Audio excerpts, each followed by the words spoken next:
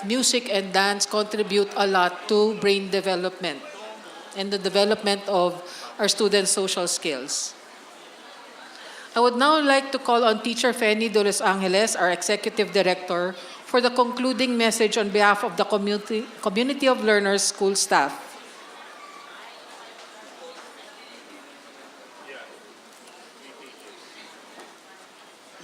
I'd also like to ask the COLF teachers to stay on the side, because right after my talk, we have our gift for our students. K-12 poses another challenge in terms of designing COLF's graduation. Such a big age gap between grade 6 as the elementary graduates and the fourth year, and it will be even wider a year from now. So I was thinking of what would be a message, a concluding message that could be shared by such a big age gap. And I thought of one of the best two films for the year. The first one we required our 7th graders to 4th year to watch, and that was General Luna. The other one is one that we didn't have to require, but we hoped everybody watched, and that's Inside Out. So my talk today are some of my own chosen hugot lines from Inside Out, and some that I borrowed from a leadership blogger named Joseph Lalonde. Okay, so you know Inside Out? Hands up who watched this movie? Okay. Made by one of the most successful animation producing studios, Pixar. Inside Out is a story about Riley, and she's uprooted from her Midwest life and transported into San Francisco, where her father wants to run his startup in the valley. So as you can expect, Riley's life is turned upside down with the move. That's where the brilliance of Inside Out shines. We are able to put an image to the feelings we've all felt as we enter our first day of school, move to a different home, or lose a best friend. Inside Out shows us the inner workings of our minds and uses the emotions, joy, sadness, anger, disgust, and fear, and assign characters to represent them. So we see the emotions vying for control inside Riley's mind and learn about experiences of the human being, things like growing up, going through difficult changes, and suffering loss are displayed with an intelligence and accuracy that we rarely see in movies. Okay. So here are my inside line hugot lines for you to remember as you go through college and as you go through through 7 to 12. Okay, first is a line from Fear. All right, we did not die today. I'd call that an unqualified success. Fear had a great one-liner when he chimed in stating, no one died today. We can take a cue from Fear. We can recognize the little successes of each day in school and at home. Be excited that you didn't die today. Get happy when you see your classmate complete a task or when your whole group comes up with a very good project or resolves a problem among yourselves. Remember when your TMC was complete with all signatures required and how it made you feel? Okay. We can be excited about the small things in life. We just have to notice them. Second is from Sadness. I have two hugot lines from Sadness. Come on, fall on your face. And next, crying helps me slow down and obsess over the weight of life's problems. As Joy, Sadness, and Riley's imaginary friend Bing Bong are walking through abstract land, you remember that? Okay. It becomes very dangerous. They change into abstract shapes and go from 3D to 2D. Through these changes, it looked like they may not make it through this portion of Riley's brain. When it looked like all hope was lost, sadness told Joy and Bing Bong to fall on their face. They were 2D and could make it through the small door by doing so. And what is the lesson from this? Sometimes it's critical that we fall flat on our own faces. We can see life from a very different perspective when we're lying flat on the ground. Don't be scared to fall or fail. It could be the vantage point you need to succeed later on. The director of Inside Out, Pete Doctor, said they consulted experts. And one of them was Dr. Keltner, who founded the Greater Good Science Center in Berkeley. He was big on sadness as a community bonding, was the word that he used. It's like if you're sad, it's a way of connecting with other people. And a lot of times we feel embarrassed by being sad. And we go off by ourselves to hide and cry by ourselves. But really, it's a way of reestablishing relationship.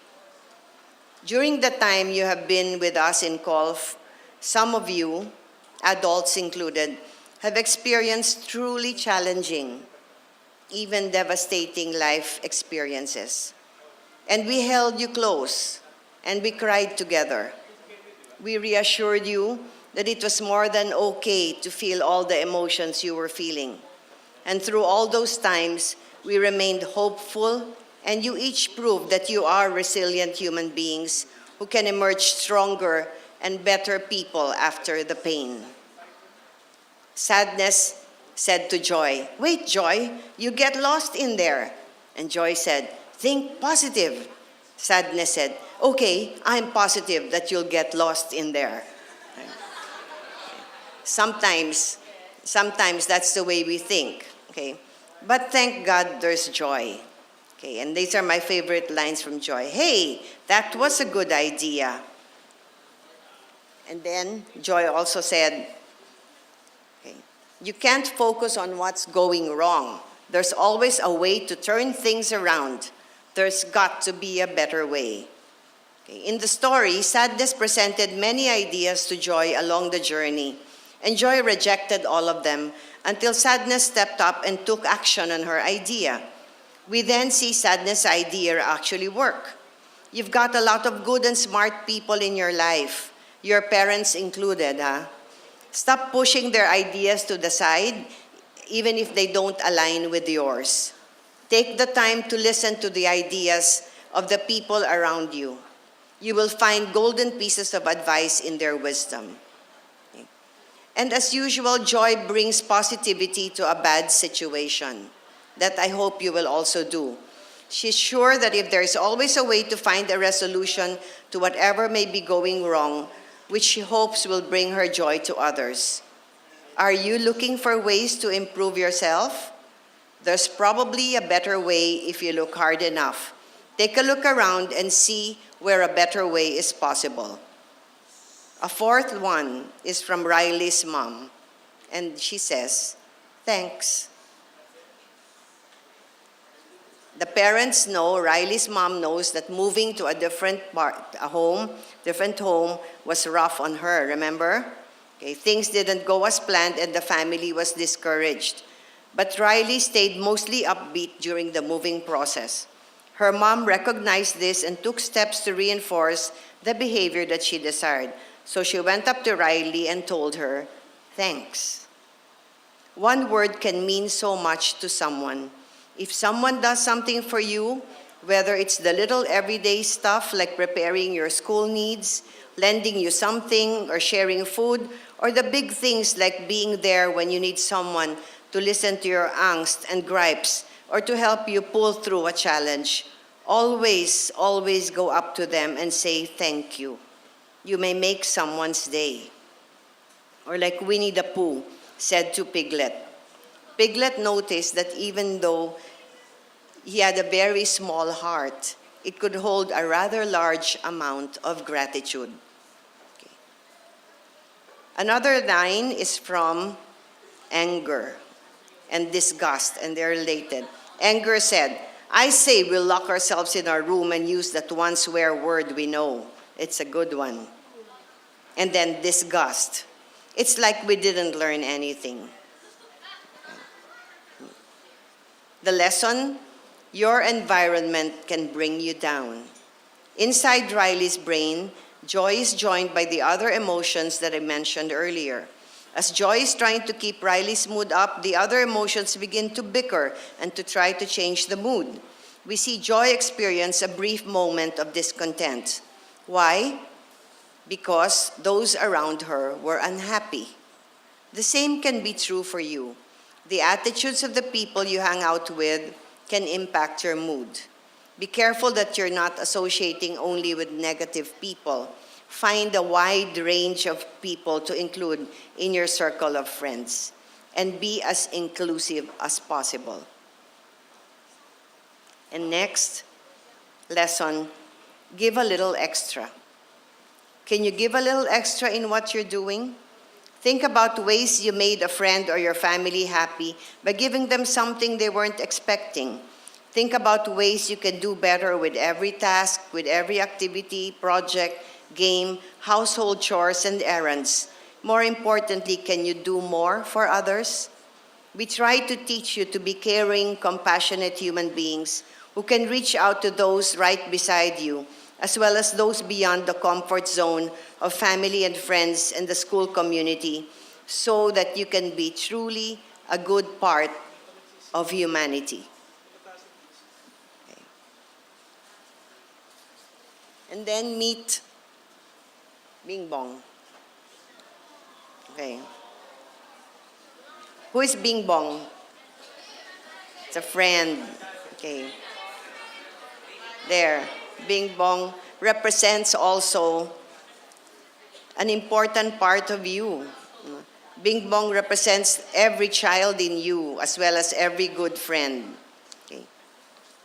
In Community of Learners, we try to help you build your stable and robust core memories from your early childhood years, and even if you came to us in middle and upper school, or just for a few years in high school. We want your core memories to be filled with joyful moments, especially of the joy of learning, so you will want to learn for a lifetime.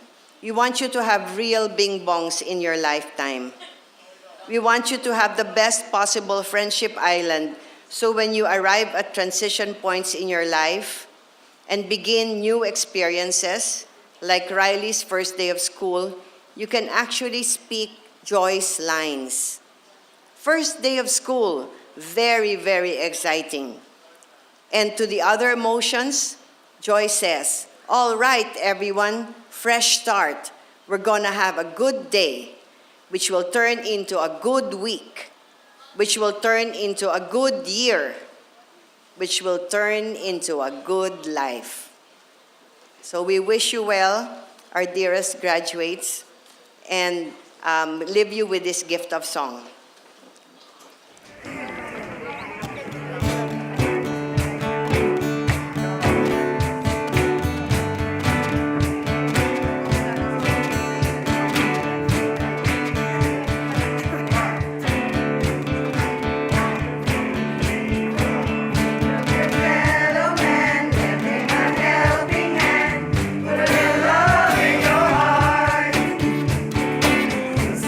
Getting late.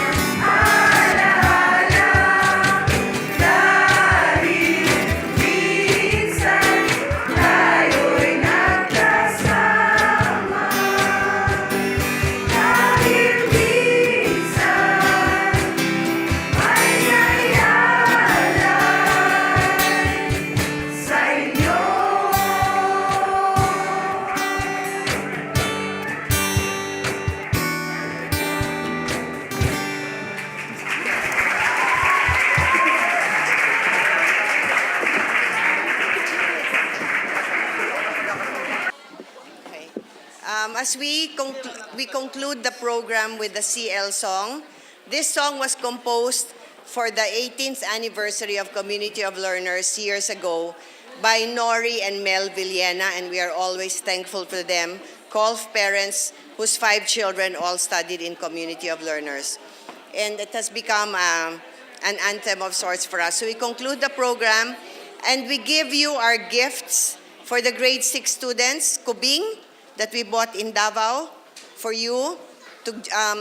Traditionally, our indigenous peoples use the kubing as they travel through the forest to keep the fear away and to also pay respects in one way or warn the spirits of that they are passing through.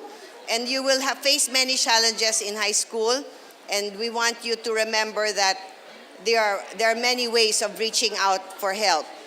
For the 4th year, we give you these symbols that we want you to remember. Always be teachers and makers of peace. In the middle of the dream catcher is the dream we share of a just and lasting peace for our country and for our world. A globe is a symbol of learning. And of course, shine like a bright star. Keep and put that love in your heart. Be a compassionate human being, always, always. And a leaf also as a symbol of continuing learning. For the parents, we adapted long ago this tradition of giving you your do-it-yourself Peruvian, like a Peruvian doll, Peruvian worry doll. And because we know parenting is a lifelong responsibility, and as a reminder of our successful partnership or as a reaffirmation of our continuing partnership. So we give you your own worry dolls to put under your pillow when you're worried about your children. That is a tradition of the Peruvians. Okay, so graduates, stand up to sing the Community of Learners song.